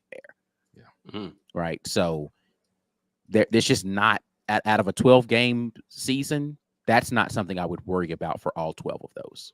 Right. Yeah, absolutely. Lisa Wise, I just lost her comment. Crap. Sorry, Lisa. AU alum 94. Holden is only a good QB, just like Peyton Manning. If someone isn't coming free from a damn 4-man rush, he needs more time than the other QBs. He needs a good O-line. I think he needs a good O-line. The same thing that about Peyton Thorne. Yeah, for sure. Like you got to block for him. You're a pocket QB. You need blocking. Now, what I hope is that there is a contingency being developed offensively in the event that the offensive line is not blocking as well as they had hoped. And if you have a dynamic QB, a good arm talent, somebody who can find the open man and see the field faster, and the game is slower for them from the pocket, it's possible. Now, Bryce Young wasn't a statue, but I'm telling you, that Bama O-line was bad. He put their offense on his back the last 2 seasons, both from the pocket and on the run. And play calling certainly helped them quite a bit as well, too. Yeah. So it can be done. This is where I shift the onus back to the coaches to understand the talent they have and get the most out of these kids, because all of these guys are talented. I don't care who starts. Thorne, Ashford, or Gurner. Yeah. At the end of the day, find something that works for whoever you put out there. Develop that contingency. Will they try to force that square peg down that round hole? No matter who's at quarterback, we'll keep an eye on that. I hope, man. I am so sick of seeing us sputter on offense because of our inability to innovate what we're doing or make changes and tweaks to adjust. Now, that's one thing that over his career, Coach Hugh Freeze has shown he's unwilling to do, is just say, well, we'll just run it again. We'll just do it better this time. It's like, nah, that's not working. We're gonna switch it up and do something different. So I'm hoping God, I'm hoping that I don't have to watch another football Saturday. And I've talked about this before. And we come in here on a halftime show, and we're venting about how poorly we played in the first half, and we need to make adjustments. We need to make adjustments. And we go back out there in the second half, and they do the exact same thing that they were doing in the first half. Or we're doing something well, and the other team makes adjustments, and we can't figure out how to counter what they did. Yeah. Yeah. Dustin Smith says UMass play-by-play announcer told us best case scenario is they go 4-8. Shout out to our guys over at Up Tempo. So they get they had the opportunity to speak with somebody who is with the UMass program. So go check out that video on their channel to get more insight about how they feel that Auburn matchup is going to go in the UMass circles. But yeah, shout out to Dustin and those guys. Yeah, for sure. Let's see here. Daniel Owen says, I got a question. If the O-line exceeds expectations and dominates, if Robbie and Thorne are close, do we go with Robbie and just run the ball and the clock all season? A la 2013. No. Because Hugh Freeze wants to get the premium wide receivers here, and he is selling receptions. He's selling touches, and he's selling productivity. So no matter who, if the O-line is that good, then that means the run game should create plenty of room for the passing game to go crazy. Is what I will say this. Like. There is nothing in his coaching history that suggests that he will do this. Yeah. He's going to find a quarterback, and he's going to find some receivers, and he's going to play the type of ball that he wants to play. So one of these three guys is going to do this for him. Yeah. And he's going to keep going until he gets to the guy who can do it. Yeah. Right. Or keep tweaking the system until they find the right mix of things that gets it done. Either way, he's going to do it. And he's going to do it, man. It would be 863 yards or something like that. His average leading receiver. Prolific numbers at Auburn. I would be shocked if he gets here and this is the place he can't do that. Right. He's going to throw the ball, guys, and he's going to find a guy that can run some version of the system at a level that he deems is adequate. Blake Robinson, in the QB's defense, the plays that they had time at the time didn't happen near as much as the plays they were rushed, so they weren't used to having time and still rushed to throw. Yeah, I don't. That's not a good QB defense, right? That's a defense for a quarterback that is not worthy of being a starting quarterback at most places. Yeah, right? Like, I got burned a lot. Yeah, I got burned a lot for saying the happy feet thing is stupid. It happens. Now, I'm not saying that happy feet is not a real thing because we see NFL quarterbacks that go through that. What we're talking about is the reality of the situations that we're talking about are guys who should be quarterbacks at the P5 level need to be able to make it. Bryce Young got absolutely annihilated for 4 quarters against Auburn. When it was winning time, none of that mattered, man. None of that mattered. He was just like, all right, cool. Just give me, look, man, I know they've been killing it. Just give me a half a second more. I promise you I'm going to find somebody on this last drive. And he did it. Now, everybody's not Bryce Young. My point is that the good quarterbacks, that's not an excuse for them. They figure out a way to make it happen. And I'm saying that we just haven't had a quarterback that was able to overcome those things. Now, they weren't given any help by play calling. True enough. But Bama didn't switch up their play calling in the 4th quarter of that game. Yeah, the ref just swallowed the whistle. That's what I'm gonna make this statement. If you are a good quarterback, happy feet is not a real thing. Right? If you get hit 4 times in a row and then you get time on the 5th time and there's an open guy, you're gonna find him. Because that's what good quarterbacks do. And if you can't do that, then you're not as good as you think you are. Let me amend that. I think that's what great quarterbacks do. I think that's the line between a good quarterback and a great quarterback. Yeah, a good quarterback can be accurate. Okay, fair when enough. Given time. I mean, they're playing. We talk NFL and go through numbers and stuff like that, but the truly great ones can do it after they've been put on their backs, while they're about to get put on their backs, no matter what. The good ones, they're a good quarterback. I'll say like Matt Ryan, right? 2016 NFL MVP, plenty numbers. Everything was working. The run game and the O-line. And he looked fantastic. When all that stuff deteriorated, his game deteriorated. But I still don't take away the fact that he's a good quarterback. He's just not a great one. Yeah, I would almost say in terms of, feeling the pressure and things of that nature, the old saying, you got to have a short memory if you're a quarterback, right? Mhm, You forget the last interception, you forget the last sack, and then you go out there and you do those things.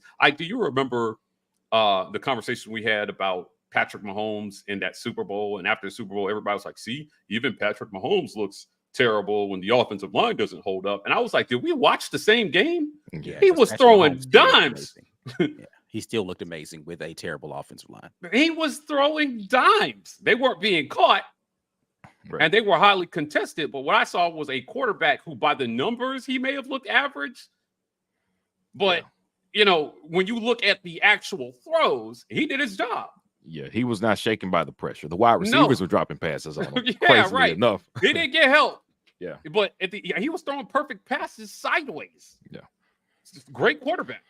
Yeah. If you're supposed to be a great quarterback, then you'll go out there and you'll reach that level where no matter what happens the first 3 plays, the fourth play, you get it done if all conditions are optimal. Yeah.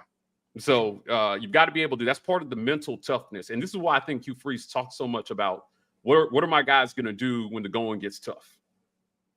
Are you going to remember? Or are you going to say, "Oh, coach, I got happy feet"? Can you imagine telling your coach that after the game? Your coach know that. You ain't got to say it to your coach. When you missed the wide open pass. Yeah. Well, I had happy feet the first 3 plays, so give me a pass. Coach. Give me a break, man. No quarterback is using that excuse. Fans shouldn't be giving them to either. John Brandon says Gerner might say holding these nuts. You never know. Listen, we'll send him some Manscaped. I would expect John Brandon to say that. Yeah. Yeah, absolutely. Robin the bank. Okay, got it. See what you did there. DeMar and Jarquez over 100 yards. First game, easy. I would agree with this. Yeah, I don't see any reason why if both Damari and Jarquez play in game 1 that both of them could not have a 100-yard performance. Yeah, we saw Jarquez and Tank both have 100-yard performances against SEC defenses last year. Correct. With an O-line that we believe was inferior to this one. Yes, they can do that against UMass. Yeah, I would. My only caveat to this would be if they don't get enough reps to do it. Correct. Yeah. And they try to bring Cobb in like mid-third quarter to get him some reps, or hand Batee the ball. The division of reps might limit one of them, but I still think if Jarquez Hunter is available and plays, he goes for a $150 easy game 1. Ben Bloodworth with a super chat. How big of an impact has the new facility had on this positive recruiting trend? Ben has had a huge impact. Because I've been in there. Everybody who walks through the front doors is wowed by what Auburn has built there. It's right across the street from the old athletic department, and it's incredible. You know where it's paid, I think, the most dividends, though, has been with the transfer portal. Because those guys know what a collegiate facility looks like right now. They've gone on visits to one place, or they may have visited Auburn previously. And so for the guys in this 24 class, it's made a difference because they got to go on visits pre-seeing this and got to see the new facility and like, oh, wait a minute, Auburn, this is a different Auburn, not just coaching staff, but the facilities are different. But those transfer portal guys are walking into a facility and they're like, listen to my guy Avery Jones talk about it. He said he came to Auburn and visited. He was like, yeah, this is the best facility that I've personally had the ability to walk into on a college campus. It pays dividends a lot. Yeah, listen, they're seeing it at the top tier program. So, yes, it matters. When you walk in, the locker rooms, the players come through and they envision themselves sitting there before game day, right? Working out, at that facility. They close their eyes and they envision themselves as a part of that program. And the aesthetic matters, right? The field is impressive. The 3 practice fields that they have back there, the indoor facility is super impressive. I've seen potential recruits there at camps this summer, working out, and it's just such an impressive facility. They thought of everything. They did during pro day. Cam was in there, and Cam announces to everybody while they're working out, "Is it a sin if we get some music in here?" And 45 seconds, music was playing over the entire indoor facility. and they had that thing set up. It's state of the art. You know, it's crazy. Cam Newton said, "Hey, music, right?" And they were like, "Music." They know how to set the mood and set the scene in there for people when they come in to be impressed. Alabama, Georgia, everybody's investing in their facilities. Auburn's done it. It's in my opinion, it's paid dividends. Blake Robinson will end on this comment. O-line matters, guys, whether we want to admit it or not. Most QBs aren't generational talents like Mahomes or Bryce Young. Of course. Yes. Yeah, I agree with that. I mean, did what we say make people believe that we don't think that the offensive line matters? Well, I think that maybe the argument is there's not a generational talent in this QB room, so the O-line is going to matter more than it would. All I'm saying is if you purpose yourself to be, because listen, you're not telling Robbie Ashford he's not Bryce Young like. You're not telling Holden, man. Again, listen to Fireside of the War Report. These guys, you may not think that, but in their heads, they think they're on that level to some extent. Yeah, they think that if you give me an opportunity, I could win a Heisman. I can go out there and tell me that those guys don't believe that about themselves. Yeah. They're in their head. They're not using excuses, to say that. And so, my comment was more pointed at the players saying, if you believe you're that guy, then all this stuff, to some extent, will not matter as much as people think that it matters, because you'll go out and you'll meet a minimum viable product that will always say, I've done my job. I've done all I can do. And you don't have to be a generational talent to throw a good pass under pressure. You don't. Yeah. You don't have to be a generational talent, right? I promise you, some of these guys, like obviously there were high expectations on Bryce Young. Spencer Rattler does it. Yeah. The only reason I said that is because South Carolina fans were being goofy. So I've already been tagged on Twitter since we started the show of South Carolina fans crying. Can't wait to go back and watch that. Yeah. So at the end of the day, with the QB race, what it boils down to is that good QBs go out and do routine things routinely, and we've seen Auburn QBs do what should be routine things less than routinely. Yes. And routine would give you a chance to win most games. 8-4. Right. That's all I'm saying. We just checking boxes. We can go 8-4. Yeah, like how many times has Auburn lost over the last 4 or 5 years where if things had just been routinely done, they win? Texas A&M 2014. It's tough, man. I'm telling you, it's tough. And that's where you hope Hugh Freeze is raising the floor for QBs to come in so that we're having a different conversation about QB races in the future. Yeah. Right. That's all we're hoping for. So I think that they've got a good group of guys between Holden, Robbie, and Thorne. They're a great group of guys. You've got a good mix of guys to choose from that bring different things to the QB room. And hopefully one of them rises to the top and takes the bull by the horns or takes the reins or whatever, standard trope you need and becomes just the bona fide starter. Yeah. That's what we hope. So look, guys, we want to appreciate it. We want to thank everybody for joining us for the weekend tailgate. As always, we want to thank sponsor Golden's Cast Iron. Guys, don't miss it. Fireside with the War Report is debuts tomorrow at 8 a.m. You don't want to miss this. This was a dynamic conversation with some great young athletes. They shared a lot of things with us, both personal and about football. You're not getting this content anywhere else. Nobody is doing this. I and I talk about this all the time. Nobody's giving you the content like this. Your support has allowed us to be able to have these dynamic conversations with these athletes. We hope to involve coaches in the future as this thing grows into an Auburn phenomenon. So Fireside with the War Report, we need your views. We need your support. Please go to YouTube right now. It's scheduled and bookmark it. Add it to your reminders, set up notifications. Don't miss this. Share it on social media as well, too, guys. We need your support for Fireside with the War Report. So I want to thank everybody for doing that in advance. As always, like and subscribe to us on YouTube. The likes mean a lot. And share our video using hashtag Get Your Weight Up and add us at the War Report on all the platforms that you're on. You want to give the people some closing announcements before we get out of here? Yeah, absolutely. Make sure that you guys get in here and become members of the War Report if you haven't already. We appreciate the membership that's happening right now. We appreciate those of you who are going to head over to manscaped.com and use code RAPPORT. That helps us out a lot, supporting our sponsors, Caldera Labs. Jesus, I did every single time. CalderaLab.com using code RAPPORT, 20% off there as well. There are some of you who have done this today. Shout out to Auburn Dad, John Brandon, and Austin McBarner for gifting memberships to other people to be able to be a part of our War Report community in a membership fashion. Make sure that you all continue to do that sort of thing. We appreciate that. The War Report Pod Network is there for your audio stuff, so go ahead and check them out and head over to thewarreport.com to be able to get your merch and get your weight up in that way. And we appreciate everyone who continues to support us in all the ways that help us continue to do this great work of the War Report.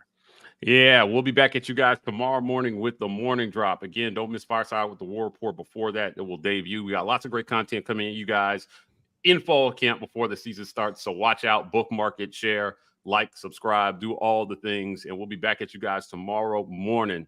Until then, War Eagle. War Eagle. War Eagle.